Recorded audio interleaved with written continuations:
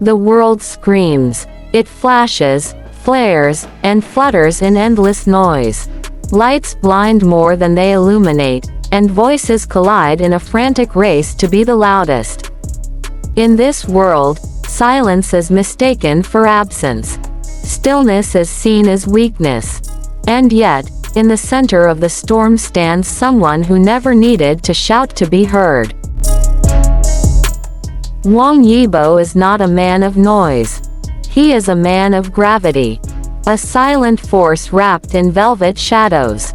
He entered not like fire, but like fog, gentle, almost unnoticed, until you realized everything had changed.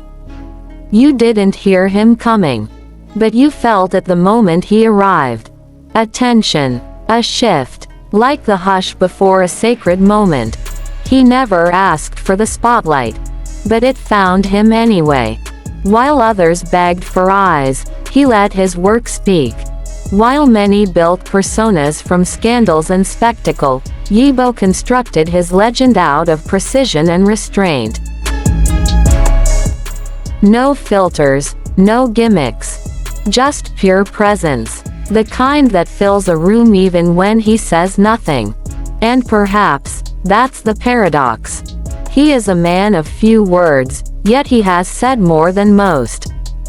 He is a ghost in a world obsessed with being seen. But every phantom has a heartbeat. In the golden chaos of the entertainment world, Yibo's silence was not absence, it was defiance. He wasn't silent because he had nothing to say. He was silent because he knew the value of what he held inside. In an industry that rewards the loudest performance, he chose something rarer: control. Like a dancer in slow motion, every move deliberate, every pause pregnant with meaning. Stillness was his rebellion. Silence, his armor. When the whispers began, the world leaned in. They wanted scandal. They demanded drama. But Yibo gave them silence. They labeled it cold. He knew it was sacred. True power does not flinch under the gaze of gossip. It breathes, it endures, and it remains still. The rumors were everywhere. A name began appearing beside his. Chimi, a shadow figure. A whisper in fan edits. A question mark in interviews. Who is she? They asked. Why does he smile differently when she's near? Is it real? Is it staged? And always, Yibo said nothing. No denial. No confirmation. No explanation. He knew that answers steal magic. He understood that when love is real, it doesn't need to be proven. They wanted a statement. He offered a heartbeat. From his days as a dancer with UNIQ, battling for attention in crowded rooms, to his evolution into one of Asia's most sought-after actors, Yibo moved like a current beneath the surface, strong, invisible, unstoppable. He didn't ride waves. He built them. Not with noise, but with effort. Not with drama, but with discipline. Every project, every role, was a thread in a tapestry he wove in private. No shortcuts, no stunts, just brutal, beautiful consistency. And still, he remained distant, like a star that shines brightest when farthest away. His fans adored him not because they understood him, but because they felt him. He wasn't playing characters. He was bleeding into them.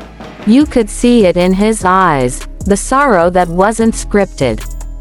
The ache that couldn't be faked. The vulnerability he never admitted to, but never hid either. It was all there, raw and refined, for anyone willing to look deeper. He does not perform. He transforms. He does not pretend. He becomes. Then there was her. Chimi, not a celebrity in the traditional sense. A presence more than a person. A whisper of soft rebellion. They met on set, in a project wrapped in shadows and legends. But something about the way they moved around each other, quietly, instinctively, made people believe in stories that weren't on the script. Not lovers, not friends, something else, something unspoken. He never introduced her. She never confirmed anything. But then there were the mirrored bracelets. The matching lyrics posted weeks apart.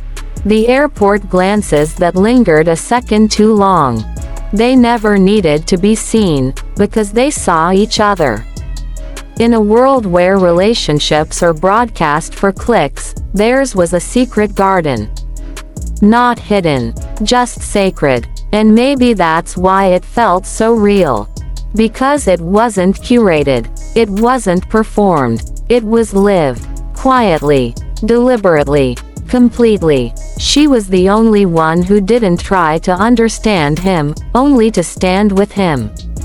And that was enough. For him, for her, and for the silence between them. Some loves aren't meant to be shouted. They're meant to be felt in the spaces where words dare not enter. As time passed, Yibo did not change. He deepened. He continued to take roles that didn't flatter, but challenged. He chose characters that wrestled with grief, with madness, with purpose.